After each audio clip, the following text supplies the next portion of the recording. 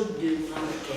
Donc show de marque lelo eza en direct de Turquie, Octavie Epiaka, la vainqueur d'Ormolongi au moins moi sonzale alongi ça vraiment émission de en direct il y a Turquie. Lelo na kati ya Turquie toye kosola masolo na mine mwana moko ya Congo, mwana moko ya Congo oyo atangi na kati ya Congo na kati ya mboka Turquie oyo tozali asali makambo ya mine na kati ya Turquie. Donc moi écoute à Colombalete, yemoko a voulu se présenter. Bonjour monsieur. Bonjour madame. Ok, ça va de Kobalandi, comment on s'est présenté? Comme on a Hussein Saïdi Mouguedoua, Congolais d'origine, c'est un peu ça. Congolais d'origine, donc Congolais d'origine, monsieur Hussein Saïdia. Monsieur Hussein Saïdi, pourquoi ça va que le spectateur au Baza Kolanda Bisso, ça fait combien de temps aux alliés à la Turquie, dans la Turquie? Ça fait un bon moment que je suis en Turquie parce que j'étais venu en tant qu'étudiant et puis la tangi, la 6 classe et puis la commune n'a pas fait. Ndeko Balandi. Mais c'est Saïd Alobi, aïe awa, ça fait bataille belé vraiment, ouais, aïe à la Turquie, à Tangi, à Saliba faire les lots. Mais c'est Saïd dit, et banda qui ne goye ça va du coup pour le lot, ça va faire. C'est parce qu'en Turquie, c'est pas facile. Un étranger, aïe kaka ça va faire, c'est pas facile. Dès que au monde, il y a banda non les donc banda qui pour la jeune notion. Donc j'avais les goûts pour et là ça veut dire ceux qui commandaient Bakangi, qui est de traduire. À l'époque j'étais avec mon ami Rachidi Makassi. Donc tous qui est ceux qui Bakangi qui est tout ça l'intervention. Nous on a tissé des relations avec les gens. Et par après quand on a commis la 3e année avant la CISA, la commune proche de M. Teddy. Mais c'était dit Choua. Mais c'était dit Choua. Mais c'était dit Choua, un monsieur là, la Carbo Baraka. Et la personne, tu vas là au solo à faire. Tout le temps, avec ça, moi, nous ça pour aider les Congolais, pour ça la tradition, ils ont déjà un atout au Banda, pour ça la business, au fond la paix l'eau. Et par après, Dieu merci. Avant la balle, on a équipé notre grand frère, on a parmi ma cofondateur, il y a World Service. World Service, donc il y a partenaire et puis cofondateur. Il y a des gens qui ont un client et belé, un homme d'affaires. Donc il y a un carnet d'adresse énorme. D'où il m'a dit non, jeune frère, on peut faire l'entreprise ensemble et puis tu vas remonter. namoni kutundeka aloba te bino mo bozoyoka likolo na biso Hussein ndenge alobi ise Hussein nayoki olobi ke ozali marie obala kaka congolaise ou bien mwana mboka Turquie? Bon, c'est la bala mwasi, c'est un peu ça pour ne pas être aux alentours. Bref, là-bas, ça veut dire que je suis marié, mais c'est avec une Turque en fait. Ok, monsieur Hussein abala une Turque.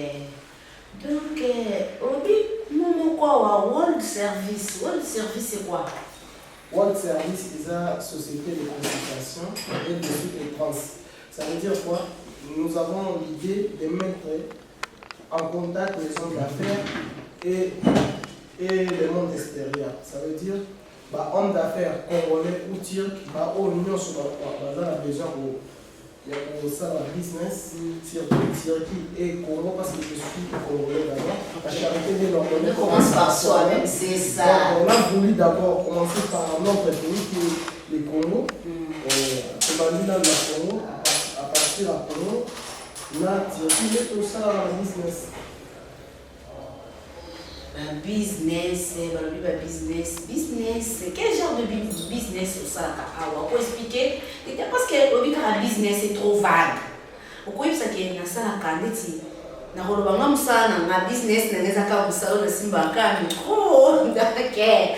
Je salue ma copine chérie Mimiche Loua na mami to pale o basoutenanga na benga bon maman qui na tata moi na kati ya Turquie awa donc on ça na ka micro service na nango yo okuyi ça va quel genre de service au salaka awa. Donc quand je dis service ça veut dire consultation. Bato ebele bana ba idée mais ba Turquie ça la pour bilamba Turquie ça la pour biloko ya kola en fait. Kasi biso to yika Turquie bilamba biloko ya kola tate. Non, Turquie ça na ebele parce que les pays oyo eza na centre aujourd'hui et puis par rapport à position géographique tabaron baza na makambo ebele. Baza na sur une charte donc ils ont chantier par exemple une charte chantier excusez-moi pour le temps. Donc vous comprendre il est habitué de parler le turc c'est ça donc vous comprenez ceux qui a lobby moko lobby français moko lobby lingala moko moko comme on kaya bature donc vous comprendre mais c'est Oussène congolais d'origine. Ouais. Par exemple sur la Turquie. Ouais. Il y a des étrangers au Congo ou Afrique ou partout dans le monde, dans le domaine agriculture, il y a permis de séjour. Permis de séjour, pourquoi? Vous allez voir que Batoumion sur la ceux qui ont donné la Turquie, soit à Ego, à Nouveau-Zélande et à Poto.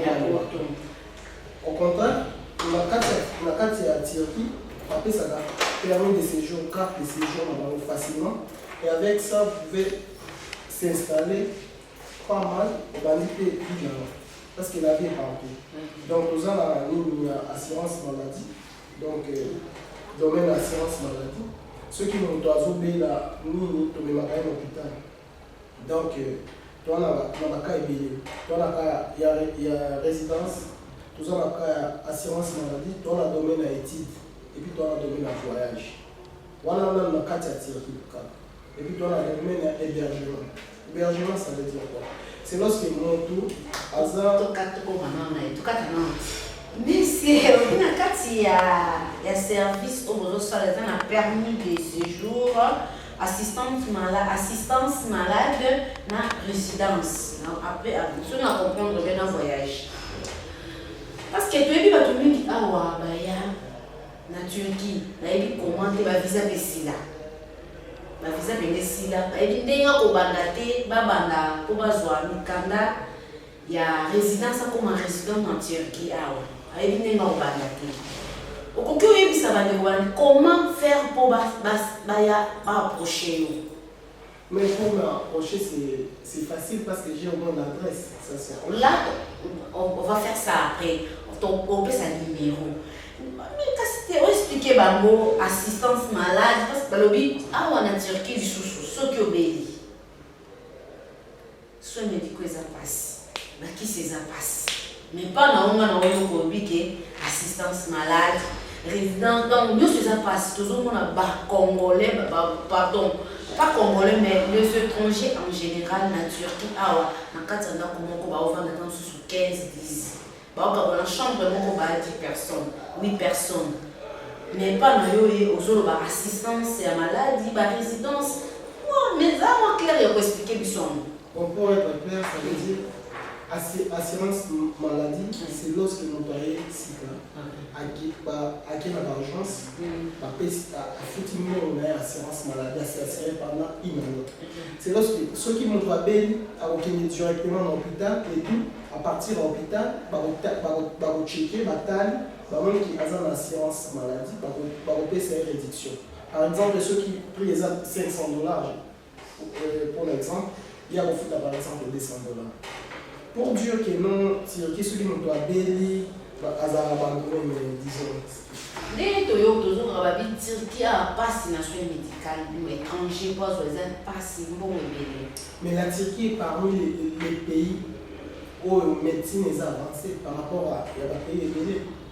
On a pensé à mais tout le monde a toujours étranger. Ils ont passé. Mais non,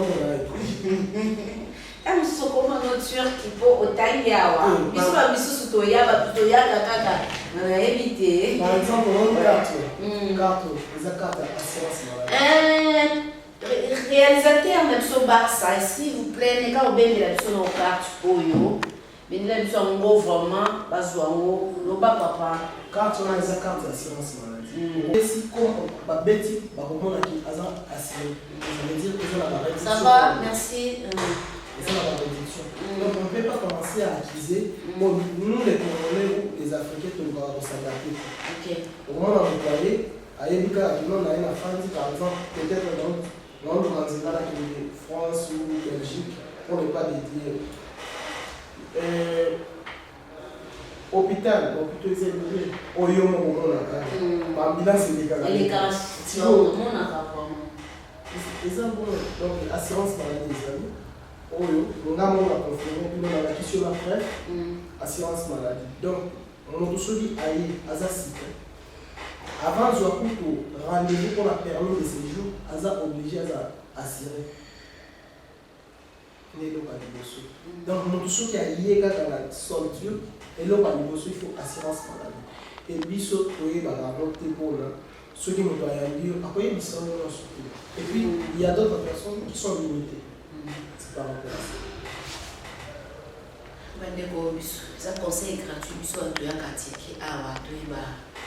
faut s'adapter à Mokabatu. Et sur chance, tu peux demander à moi quand on a vu sur le sol, ça là, oui, ça donne un conseil.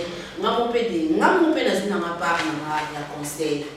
Ce que nous qui n'en n'est pas salaka.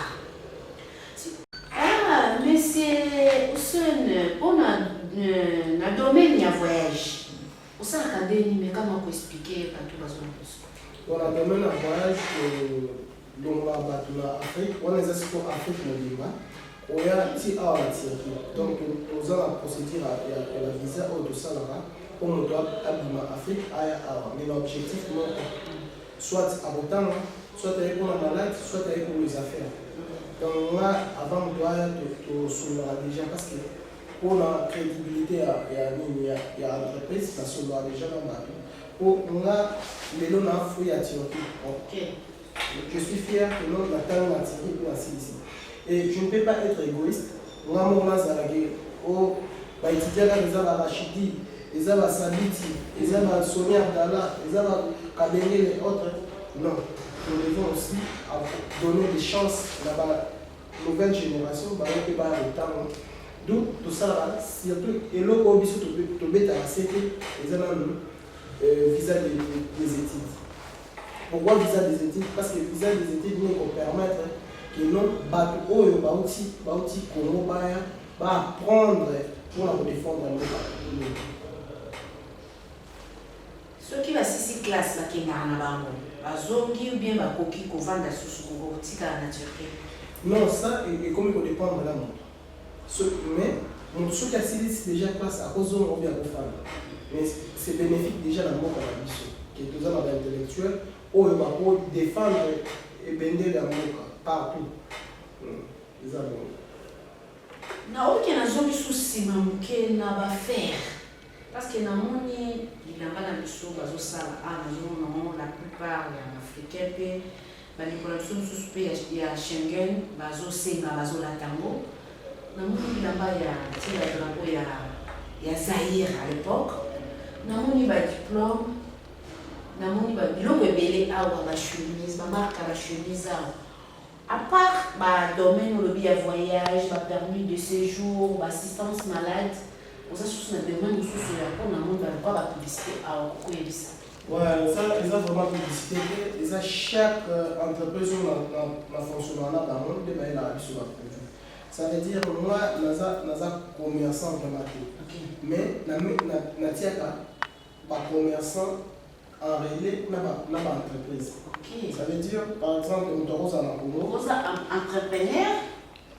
Non, pas vraiment entrepreneur, agent libre. Agent libre, ok. Donc, tu dois avoir contact. Ça veut dire qu'on doit recevoir la chemise, on doit recevoir la chemise, et que ça va en place. Donc, tout ça, on doit avoir besoin de commande, par exemple, de faire des conteneurs. Dans le domaine, voilà la business. Parce que ceux qui m'ont dit à Zana Congo, il y a aussi business, ceux qui ont contacté, ils sont tous les démarches à visa place à défendre, n'a pas d'entreprise au nom à l'écoute à la banque. Et ça a ceux qui nous aillent déjà ou bien les aux orakaka, aux en contact na bango du banda ya mboka. Déjà baza du banda. Non, pour moi, il n'y a pas de problème. Quelqu'un peut être au Congo, être au Sénégal, partout dans le monde. Mais ceux qui ont mis à travailler, dans le pour nous à contact dans l'entreprise, ou bien les commerçants, entrepreneurs, biso de petit en relais. Parce que tous en équipe, il y a pas de traducteur. Donc tout ça complet. C'est pas seulement les autres basés à la terrain. Donc tout ça l'équipe mobile. Votre service est à plus de 15 personnes. Votre service est à 15. Même des corruptions Congo, tout soutenir vraiment des cocos, des cocos.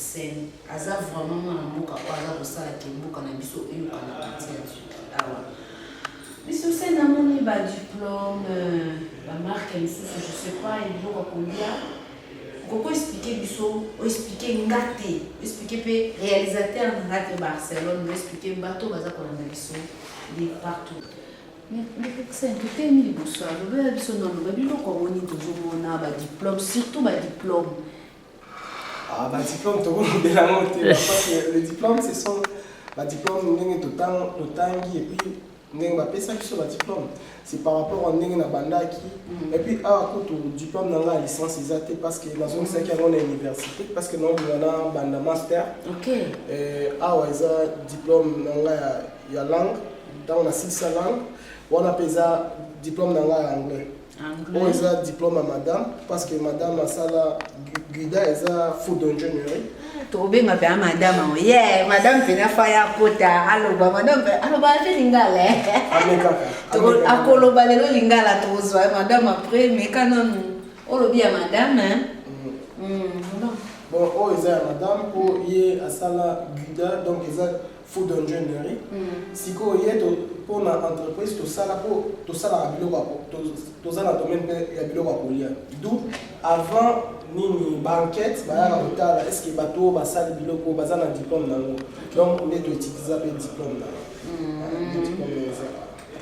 basa mais quand on pousse na ko benda penda tout à la vraiment ba œuvre oyo ndeko na biso scène aza ko sana kati mboka au Turquie c'est pas donné à tout le monde jeune boaza na ba asa vraiment na ba ambition ya kitoko na moni misusu kuna to papa c'est nga vraiment na curieuse taka busana na nazo na mioso OK nani on continue la diplôme ya neuf yang de raison babi David Poutou moi na biso Congo moi na biso ya Congo on a diplôme de mérite tant dans cette place, il fallait communauté la mission étudiants, les anciens et nouveaux étudiants congolais en Turquie. On a appelé ça la mission ceux qui sont aussi ici classe, on appelle ce diplôme de mérite. Et puis coïncident qui est qui 58e anniversaire à Congo, donc ils ont qui les 30 juin, on a appelé ça mission. Ma pesa qui on a occasion ni tant aussi ça qui classe ou bien tant aussi entreprise vraiment qui m'a commencé non ça pour avancer non on les acquis tant aussi ça qui classe non bah Rachidi Maka Moïse Kamangi Sabit Abubakar les groupes toujours avec le Coran sans oublier Matoum et aussi ça là dans on a fait ça sur la diplôme et puis tous qui parlent bateau organiser qui fait les 30 juin pour ça là bien. D'habitude, nous organisons un fête au Congo, un festival, des Congo, les 30 jeunes aux Zoloba. Ah, on a 4 ans de Turquie, en fait, des Congolais. Oui, nous sommes des Congolais. C'est ça, là, partout, il faut blender la mort, tout ça, là, c'est ça. Donc, nous sommes primés d'excellence décennie à Monsieur Hussein, vous êtes soutenu. C'est la même chose, déjà, prime d'excellence, par rapport depuis la Turquie, depuis ma maman, ça, depuis les étudiants, si de l'eau, mais bon, qui va. Oh, c'est Moniawa, c'est Bande Kongaïté, Bokatanga, Yanga, Batina, mon diplôme, ça n'a pas de tindi. ma curiosité, na poser nous to comprendre vraiment qui est Monsieur Hussein na Kanzamboka Turquie. Babi petit mais costaud vraiment ba œuvre sont mon na miso. On a un certificat de leadership. Donc leadership déjà tokina ko tanga comment on peut devenir leader et comment on peut monter des entreprises ou une entreprise. Donc, quand on a commencé la soupe, on a fait cette émission, les équipes, l'autorité en mot, les équipes, les équipes, on a fait cette émission pour encourager. Et puis, on a fait ça à partir d'un certificat, on a fait ça dans l'entreprise quelconque.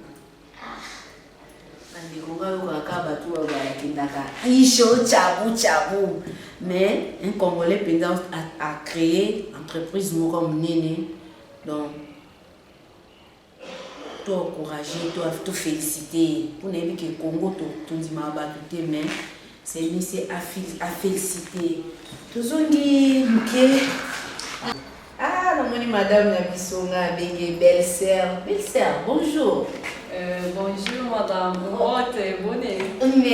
Ah, madame Nabisonga Bagalingala. Qu'est-ce que vous avez na bateau baza na Nabisonga Congo? Mbote na bino nyonso. Moyoki moi c'est Nabiso lobi ke mbote na bino nyonso. Moi c'est ba Congolais, moi c'est madame ya monsieur Hussein Ouazali awa.